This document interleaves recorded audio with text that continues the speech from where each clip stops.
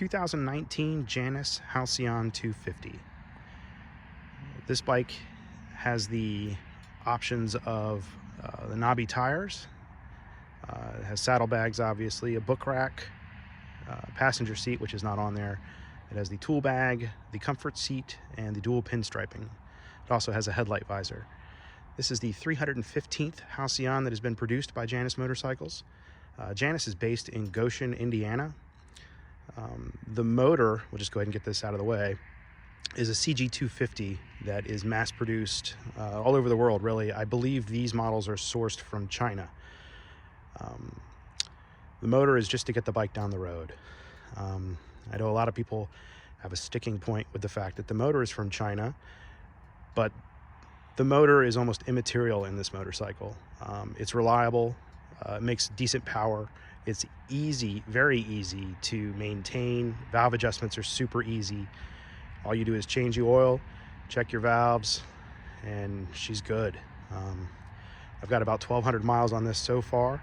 It does fairly well on the highway. It manages 60 to 65 with me on it, and I'm about 250 pounds. It does fine. It does fine. I've seen a lot of people complain about the motor, but the motor realistically is hundreds of dollars. And there's a solid chance that the people complaining about the motor being from China are doing so on a mobile device that is probably 2 times the cost of the motor itself. The bike is actually, to me at least, I'm buying craftsmanship that is American made. Everything on this bike is American made, with the exception of the motor, and I think the front shocks might be from Australia. But it is made in a small town or within maybe a 20-30 mile circle of Goshen, Indiana. Most of this bike is crafted by the Amish. The frame is a 1951 Norton featherbed copy. It's a twin cradle frame that is hand built and hand welded. The bodywork is aluminum, also hand bent on World War II presses and hand welded. All the pinstriping is done by hand. The leather work is all done by hand.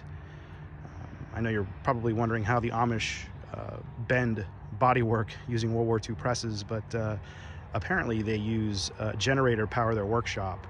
And as long as it's not on the grid, I think they're allowed to do that. I really don't know.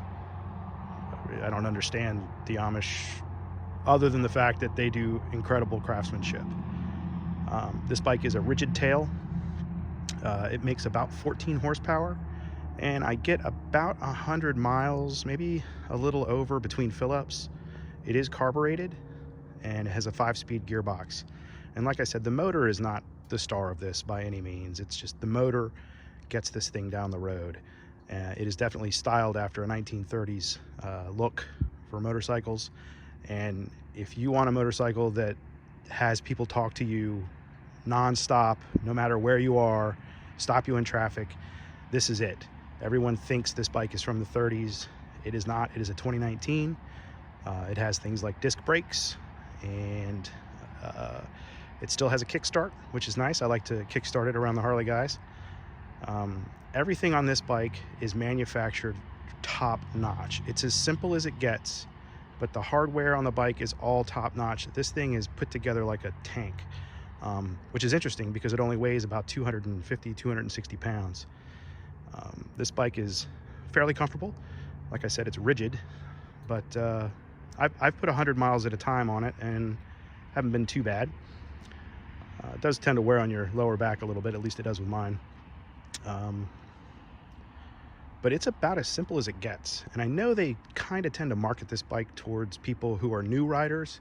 Unless you're very mechanically inclined, I would probably look for something else as a first bike. If you are mechanically inclined and you don't have a motorcycle, and you want this as a first one, have at it. Like I said, it's about as easy as it gets to fix, as easy as it gets to maintain. I haven't had to fix anything, honestly, but I've been riding a good while, and I've built a fair number of bikes, and this one is about as easy as it can be. But it's actually a great bike to ride. I mean, it's about as simple as it gets.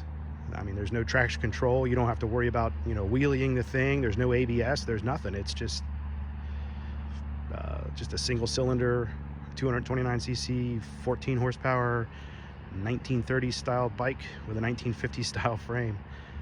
I actually have a blast riding it.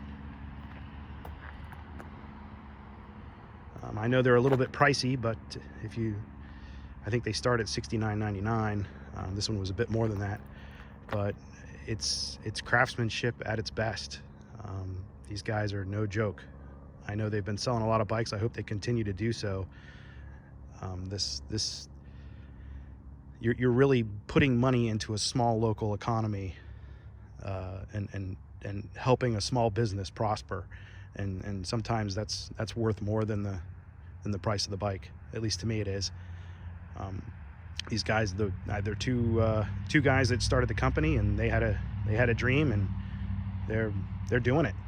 They're doing it, and I hope they continue to do it. That's all I really have to say about this, other than it's I custom ordered this bike. Everything that's on it is how I wanted it. It took me about, I don't know, maybe 2.5, 3 months to get it, and I'm glad I did. I'm really glad I did. Ride safe.